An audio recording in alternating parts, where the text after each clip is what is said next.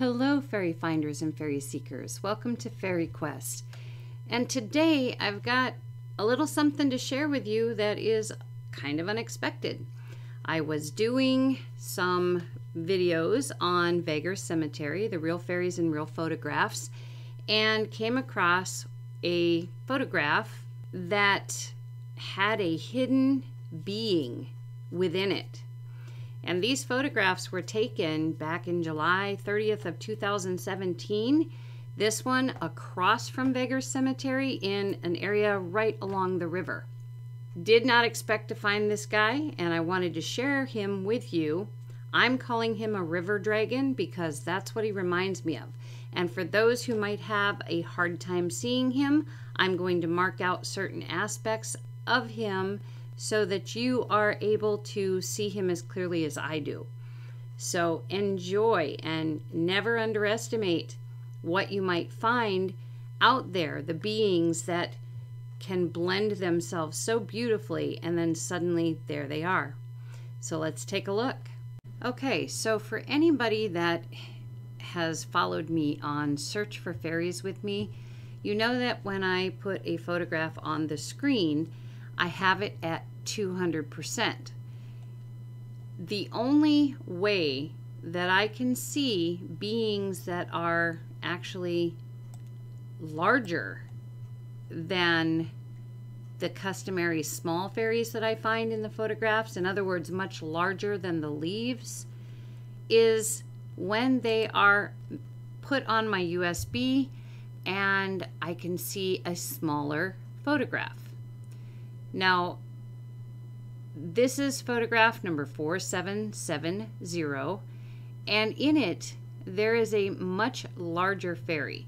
The ones that I've marked here, enlarged and marked, are really tiny within the picture, okay, in comparison.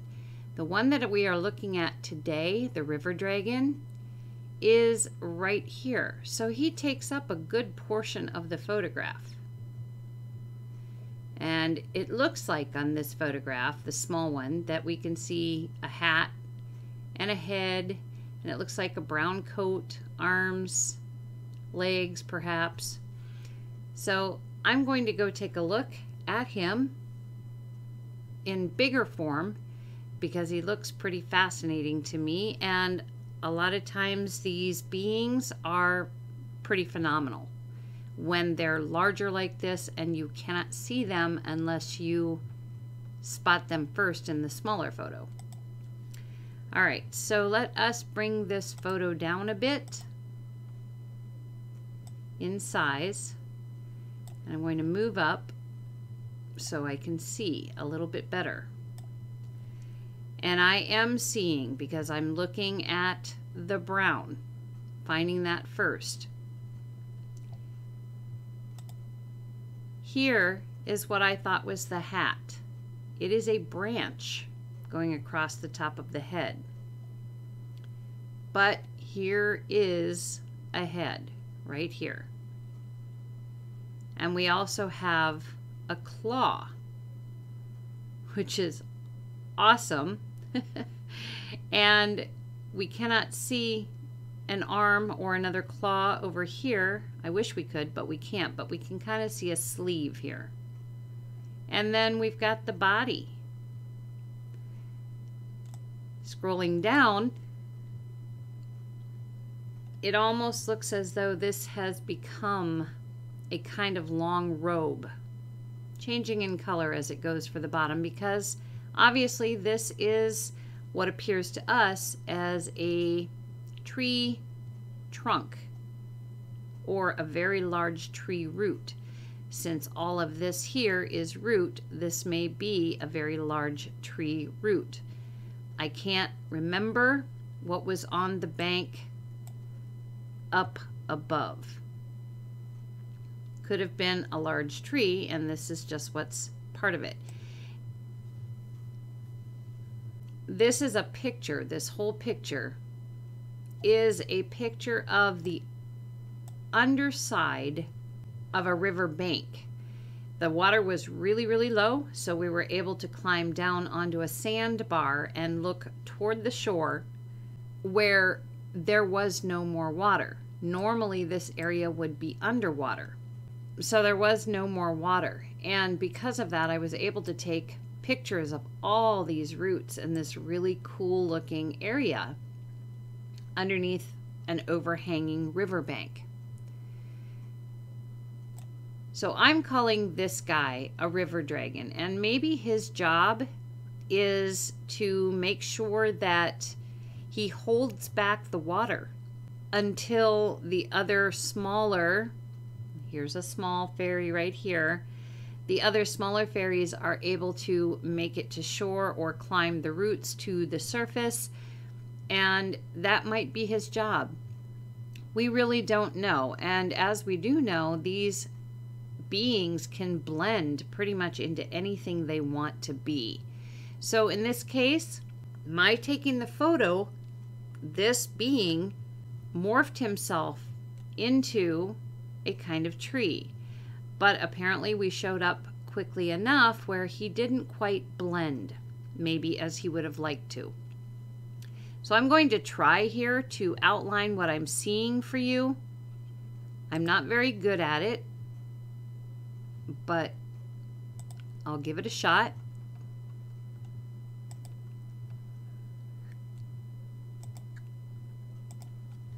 All right. So we're going to start with a familiar item, which would be an eye, and I'm going to put it in red. So here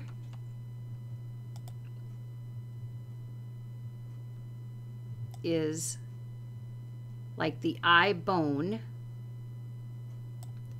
and then the pupil right here.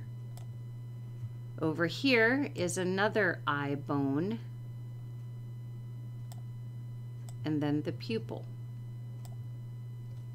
Going next to another familiar portion, it looks as though we have lips, and I'm going to outline, and almost as though this dragon is speaking. So there's the lips. And at first, what's above, I thought when I looked at it at first that these were teeth. I believe these are more scales, part of his face.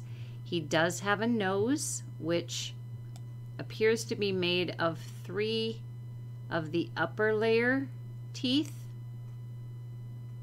right here. And then we have a chin that comes down like this, kind of furry in a way, almost looks furry, right here. And it continues to about here. And then that's where I think it kind of branches off here a little bit to create more of a jawline. And this is a guess because it could also go this direction, but I don't think so. So we're going to then take it up here and over the top here and around to the eye again. He also has some forehead decoration here and maybe some hair a little bit, but the whole thing kind of looks like a skull in a way. So then it appears, let me pull the picture down here a little bit, then it appears that it goes down like this, over here somehow, and down to his clawed hands. So here's a clawed hand. It looks like we have approximately 3 fingers here. And then it goes over in the sleeve here. And I'm not sure exactly where this sleeve begins, but I'm going to say about here. Also, it almost looks like there's jewelry hanging from the wrist, but they're roots. But I thought this was kind of cool too, what appeared to be jewelry hanging. On this side, somewhere this sleeve begins, and we're just going to follow it like this just to piece it together here. And unfortunately, we cannot find the hand. I'm assuming it's somewhere in here, but it's underneath other things, and so we are unable to see the other claw hand.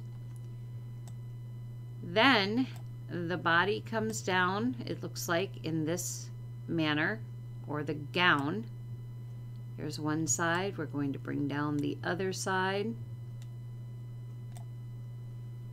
Bring the picture down a little bit, and then this gown, tree gown, appears to be covering the feet of this being. However, I think that this branch, this root that is in the ground, is a toenail. Because if in fact my thought is correct, that this being holds things together for those who are needing to get to the surface very quickly, climb the roots because the water is rising again, I think he needs to really root himself. So since he has approximately 3 claws on the hand that we can see, I think he also has perhaps 3 toenails on each foot. We are just seeing one toenail through the folds. Here's a fold of a robe. Here's the robe that appears to us like a tree. And again, these beings can morph into whatever they want. So let's take the picture down and see what we have here, to see if you are able to see what I am able to see here with the outline. I do hope so, because he is a phenomenal looking being. Very powerful looking being. I am going to actually do a better job of outlining him so that you can see a better picture at the end of this video. But for now, I do hope you've enjoyed, and we will see you again next time. Take care.